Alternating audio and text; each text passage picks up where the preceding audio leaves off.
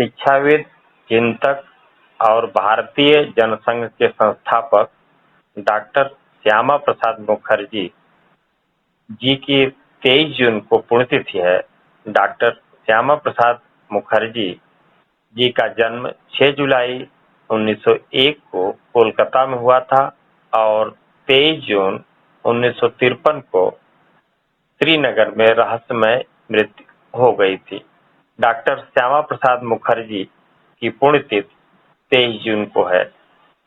इस संदर्भ में हम आप सभी को भारतीय संस्कृति के पोषक, राष्ट्रवाद के प्रबल समर्थक और सोनभद्र में दीनदयाल जी के नाम से ख्याति प्राप्त परमादरणीय श्री ओम प्रकाश दुबे जी का हम हार्दिक वंदन अभिनंदन करते हैं।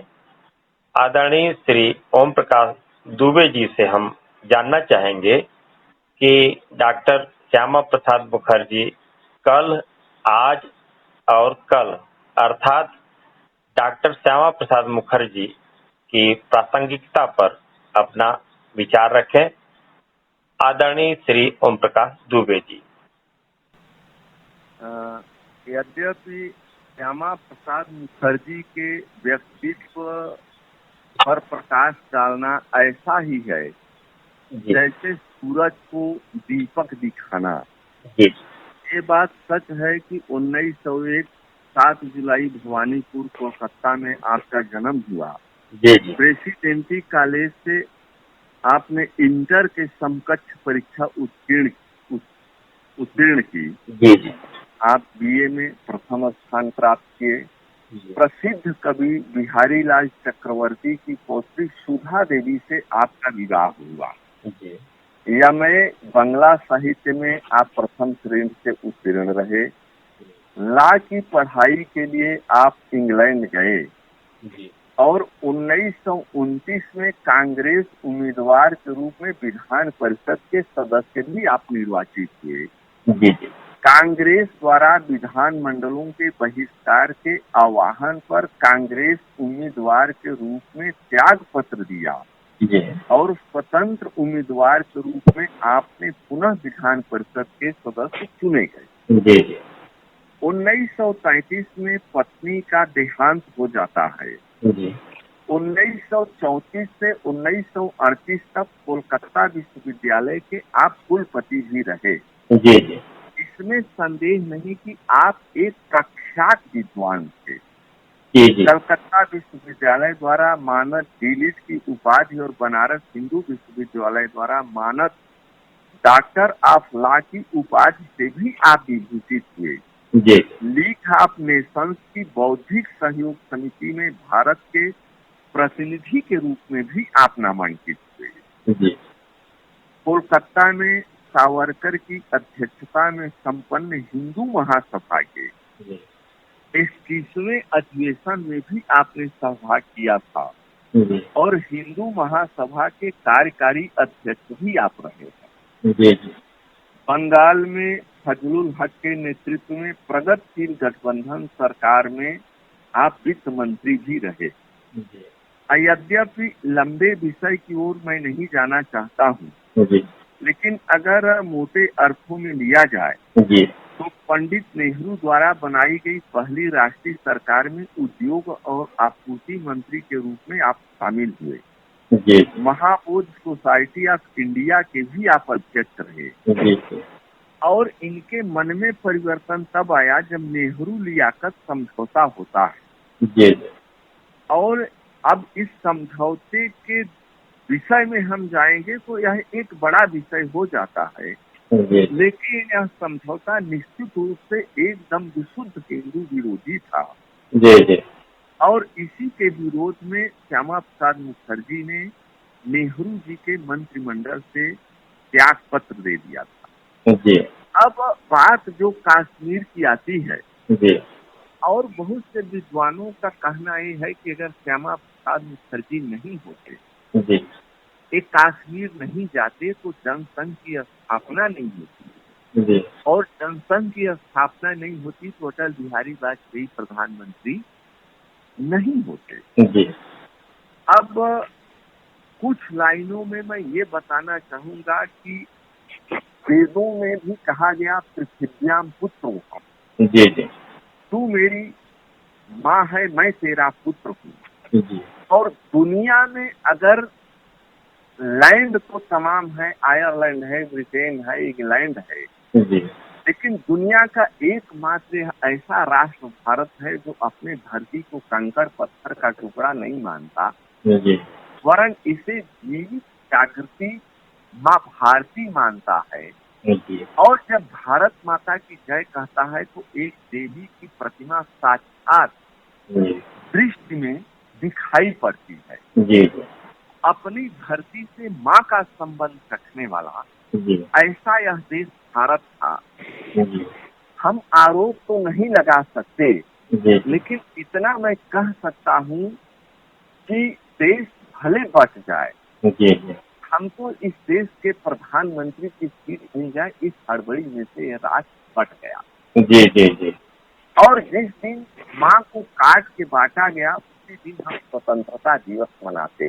जी जी अब यह विचार करने का विषय है कि जिस दिन देश का विभाजन हुआ, भारत माता के अंगों को भंग किया गया, वो मातम मनाने का दिन है या स्वतंत्रता दिवस मनाने या मिठाई बांटने का दिवस है। जी कश्मीर के राजा हरि सिंह नलवा हुआ करते थे।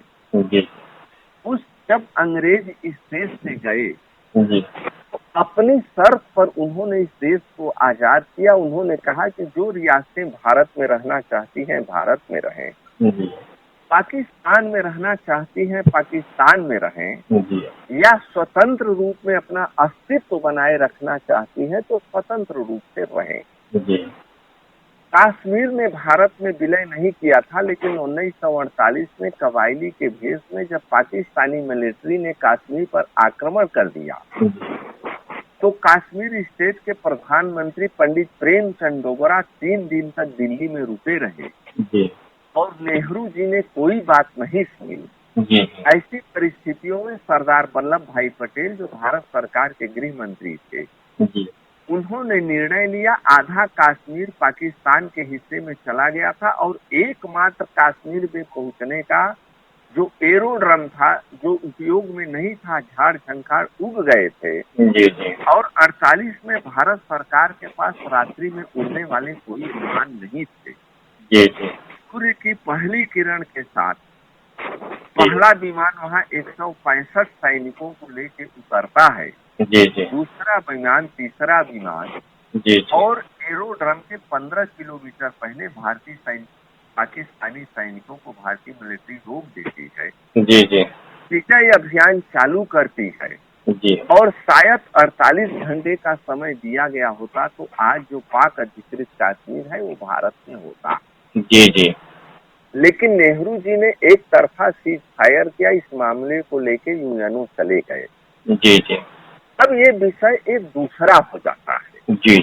लेकिन जहाँ हमें पंडित श्यामा प्रसाद मुखर्जी के विषय में कहने का निर्देश प्राप्त हुआ है, तो पंडित नेहरू ने कश्मीर में धारा 370 को लागू कर दिया। धारा 370 का अर्थ होता था कि भारत का राष्ट्रपति भी कश्मीर में जमीन नहीं खरीद सकता। कश्मीर की रक्षा के लिए सैनिक अपना प्राण तो दे सकता है, लेकिन उसको दफन करने के लिए 2.5 गज जमीन नहीं मिलेगी। उसमें जो एक उपधारा थी 35A, इसका प्राविधान ऐसा किया गया कि कश्मीर की रहने वाली लड़की भारत के किसी प्रांत के लड़के से अगर शादी कर लेती है तो कश्मीर के अंदर उसके पूरे मौलिक अधिकार समाप्त कर दिए जाएंगे। सर्विस में है, मेडिकल में है, सारी व्यवस्थाएं समाप्त कर दी जाएंगी। लेकिन अगर वो पाकिस्तान के लड़के से शादी कर लेती है तो पाकिस्तान के लड़के को भी कश्मीर में नागरिकता प्रदान कर दी जाएगी। और कश्मीर में जाने के लिए इनर परमिट लेने की जरूरत पड़ती थी। इन सब व्यवस्थाओं से क्षुब्ध होकर जो हिमालय मेरा मुकुट है, कश्मीर जो मेरा सुरमौर है, जो स्वर्ग है, ऐसे कश्मीर की ऐसी व्यवस्था को देख करके पंडित श्यामा प्रसाद मुखर्जी के मन में बड़ा विक्षोभ पैदा होता है। जी जी और वो कश्मीर में बिना परमिट जाने का संकल्प लेते हैं जी और वो कश्मीर के लिए प्रस्थान करते हैं और उनके साथ में होते हैं पंडित अटल बिहारी वाजपेयी, जो आगे चल करके भारत के यशस्वी प्रधानमंत्री बनते हैं। जी कश्मीर बॉर्डर पर पंडित श्यामा प्रसाद मुखर्जी को गिरफ्तार कर लिया जाता है जी और उनको गिरफ्तार करके कश्मीर जेल में ले जाया जाता है। जी तो उस समय एक बड़ा मार्मिक लाइन उन्होंने अटल बिहारी वाजपेयी को कहा जी कि अटल बिहारी वाजपेयी, ये बात जाके तुम देशवासियों को कहना, गिरफ्तार होके ही सही जी लेकिन बिना परमिट के मैं कश्मीर में प्रवेश कर गया। जी जी जी एक साजिश के तहत श्यामा प्रसाद मुखर्जी की कश्मीर में हत्या करा दी जाती है जी जी और दिल्ली में बैठी हुई सरकार जी उनका पोस्टमार्टम भी नहीं कराती है और आज भी उनका जी मृत्यु जी जी एक रहस्य बनी हुई है। जी जी अब इस संदर्भ में हमें जो कहना है, जी अगर हम आज के परिप्रेक्ष्य में देखें जी जी तो स्वप्न भी साकार होते हैं जी जी और इस दृष्टि से मैं ये कहना चाहूंगा, जी एक राष्ट्र के इतिहास में बिरले ही ऐसे क्षण आते हैं जब एक अद्भुत निर्णय से उसका प्रारब्ध निर्मित हो जाता है। जी ऐसे निर्णयों से इतिहास की धारा मुड़ जाती है। जी राष्ट्र की यात्रा एक नई ऊर्जा और आत्मविश्वास से अनुप्राणित हो उठती है। सफलताओं और उपलब्धियों की गाथा का प्रभाव समस्त राष्ट्र जीवन पर पड़ता है। पूरा राष्ट्र इसके प्रभाव से पुष्पित और पल्लवित हो उठता है। अगर हम इस क्रम में देखें तो धारा 370 और 35A की समाप्ति एवं जम्मू कश्मीर का पुनर्गठन भारत के इतिहास में वैसा ही एक अद्भुत निर्णय है। एक ऐसा निर्णय जिसके लिए पूरा राष्ट्र 7 दशकों से प्रतीक्षारत था। ऐसे ऐतिहासिक निर्णय के लिए अत्यधिक दृढ़ राजनैतिक इच्छा शक्ति एवं एक ऐसे नेतृत्व की आवश्यकता थी जो आत्मविश्वास से परिपूर्ण और दृढ़ निश्चयी हो। जैसे यह निर्णय लिया गया और जिस क्षण संसद के दोनों सदनों ने इस पर विचार करके पारित किया, पूरे देश ने एकजुट होकर इसका उत्सव मनाया और मैं यह कह सकता हूँ कि इतिहास के पृष्ठों में वे क्षण स्वर्णाक्षरों में अंकित हो चुके हैं। इस संदर्भ में मेरा एक और कहना है, भारत माता कृष्ण भगवान ने भी इस देश के साथ एक एग्रीमेंट किया हुआ है। यदा यदा हि धर्मस्य ग्लानिर्भवति भारत। उन्होंने कहा कि जब जब ऐसा होगा मैं अवतार लूंगा। जब रावण का जन्म होता है तो राम पैदा होते हैं, कृष्ण, कंस का अत्याचार बढ़ता है तो कृष्ण भी अवतरित होते हैं और नरेंद्र मोदी के रूप में भारत माता ने अपने लाल को पैदा कर दिया है। आज आप देखेंगे कि पंडित दीनदयाल उपाध्याय श्यामा प्रसाद मुखर्जी ने जिस जनसंघ की स्थापना की, वो लोग जिस विचारों पर चले या जैसा स्वप्न उन्होंने देखा, उसको आज नरेंद्र मोदी जी अक्षरशः सत्य कर रहे हैं। अगर मैं विषयांतर नहीं हो रहा हूँ तो इधर चीन और भारत की सेनाएं आमने सामने हैं। कांग्रेस के शीर्ष नेतृत्व के तरफ से जो प्रश्न किए जा रहे हैं मन को बड़ी पीड़ा देता है। 1962 में कैलाश पर्वत, मानसरोवर झील, सियाचिन ग्लेशियर 90,000 वर्ग किलोमीटर चीन के कब्जे में चला गया। नेहरू जी ने 1949 में थाली में रख करके तिब्बत को चीन को भेंट कर दिया। आज हम चीन की सीमा पर खड़े हैं और आज चीन के राष्ट्रपति शी जिनपिंग जी।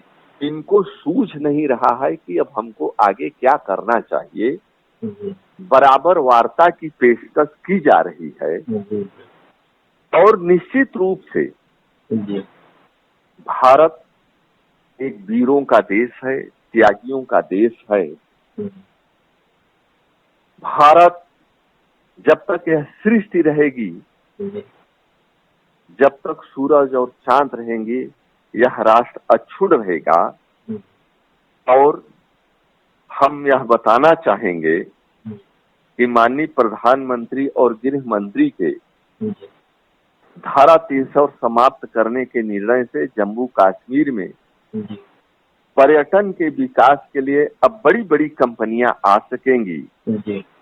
इससे राज्य के युवाओं को रोजगार मिलेगा, जम्मू कश्मीर के लोगों को आर्थिक आधार पर जो 10% आरक्षण का लाभ देने का वादा किया गया है वह स्वतः मिलेगा।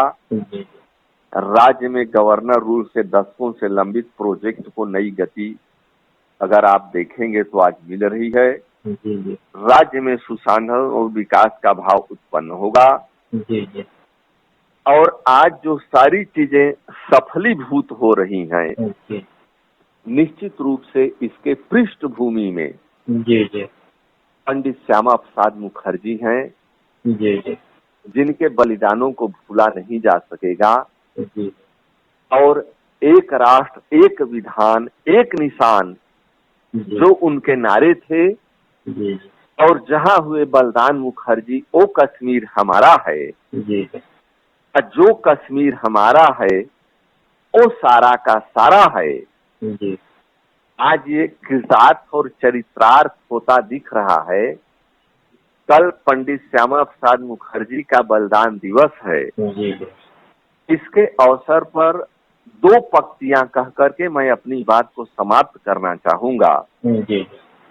तुमने दिया देश को जीवन, देश तुम्हें क्या देगा, अपनी आग तेज रखने को नाम तुम्हारा लेगा। श्यामा प्रसाद मुखर्जी बलिदान दिवस के पूर्व संध्या पर हम उन्हें कोट कोट नमन करते हैं, सत सत प्रणाम करते हैं और यह वंदन करते हैं कि हे भारत माता, तुम ऐसे ही भरत पुत्रों को जन्म देते रहना जो इस राष्ट्र के संकट का निवारण कर सके और भारत को पुनः विश्व गुरु और सोने की चिड़िया बनाने में समर्थ सिद्ध हो सके। मैं ओम प्रकाश दुबे, जिला उपाध्यक्ष भारतीय जनता पार्टी, और श्यामा प्रसाद मुखर्जी बलिदान दिवस सोनभद्र में इसके संयोजक के नाते भी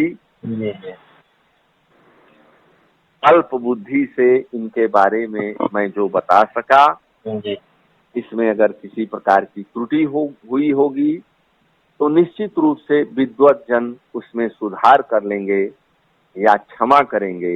इसी के साथ मैं अपनी वाणी को विराम देता हूँ। जय भारत, जय हिंदू राष्ट्र।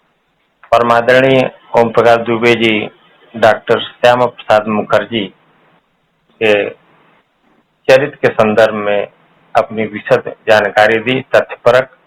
हम अपने YouTube चैनल के दर्शक बंधुओं को बता दें कि आदरणीय ओम प्रकाश दुबे जी का अध्ययन इस संदर्भ में विशेष है।